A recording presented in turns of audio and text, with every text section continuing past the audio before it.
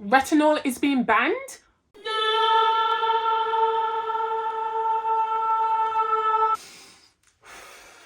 Take a breath.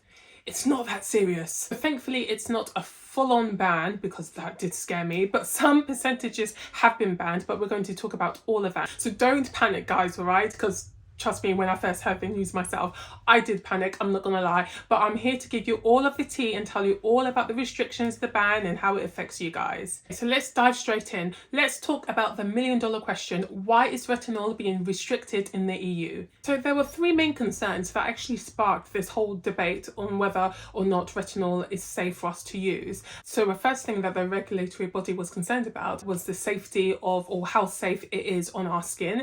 Retinol is known to actually cause more sensitivities on the skin, especially if it's of a higher concentration. So which is why when you do use retinol, it's highly advised to use an SPF, because it makes your skin a lot more sensitive when you go out in the sun. So this can then lead to, high risk of sunburn or skin sensitivity, or just like long-term damage in general. Another main concern of retinol, which facilitated this restriction, is the fact that they were concerned that it could be toxic for the skin. Sorry guys, I'm going to have to pause, see to my baby, and then come back.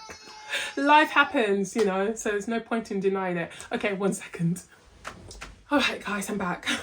Okay, so they were obviously really worried that it can lead to a lot of irritation and dryness and excessive peeling of the skin, especially if the product has a higher concentration of retinol in it. So they were really concerned about that as well. So they also had an environmental concern. They thought that certain derivatives of retinol, because there are different types of retinols, like so many, wasn't being broken down as easily, which can then have damaging effects on the environment and the ecosystem. So they were concerned about a lot of things, and this is what actually sparked the restrictions in the first place. So let's review the updates as of December 2024 regarding the restrictions. So let's talk about the positive, that being that retinol is not banned in the UK. As you know, retinol is a staple, an absolute staple in the anti-aging skincare process. So it is good news that it hasn't fully been banned.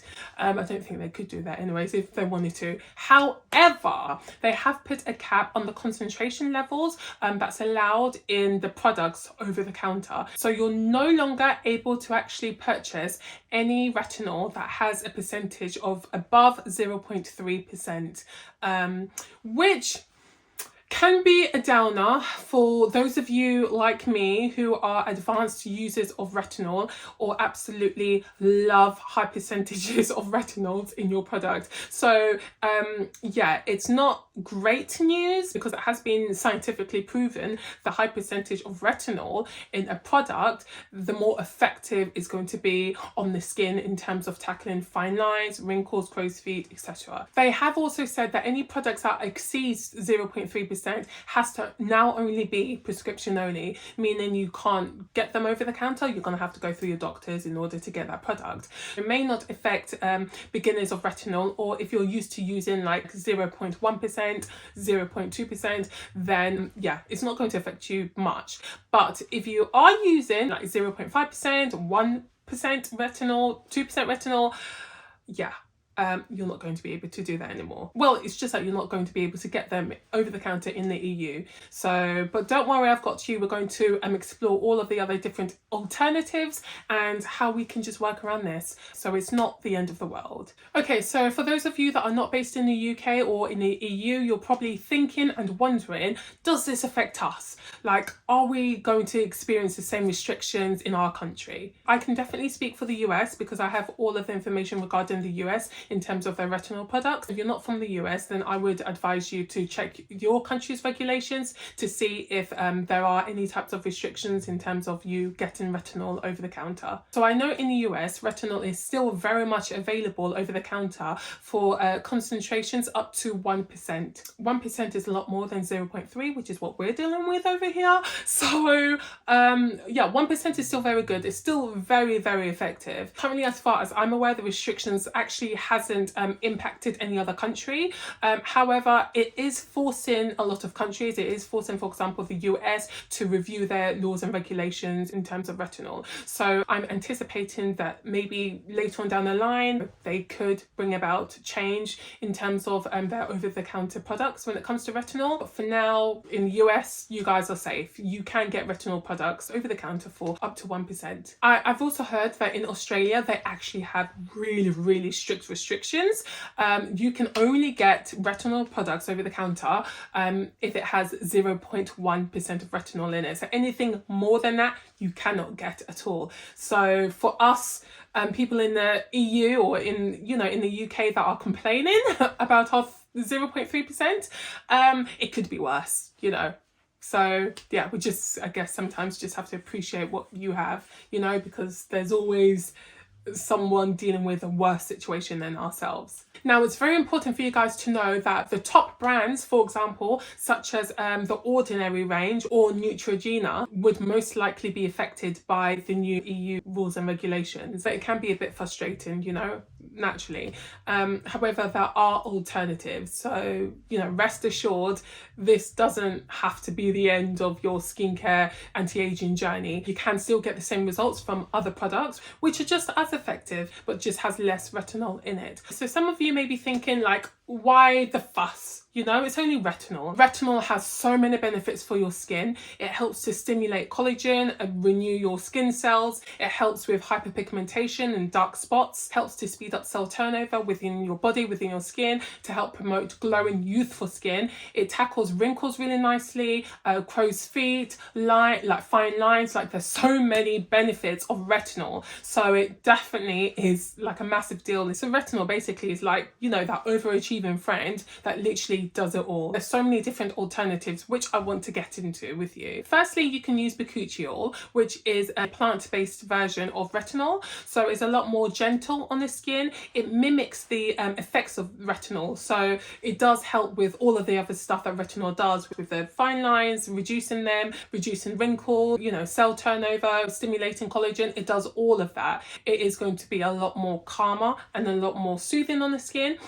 So for example, pregnant women, breastfeeding women can use it, whereas if you are pregnant or breastfeeding, you can't use retinol. So already you can see the strength of it just based on that alone. So definitely I would recommend you to check out bakuchiol and see if you can use that instead of retinol. Number 2, let's talk peptides.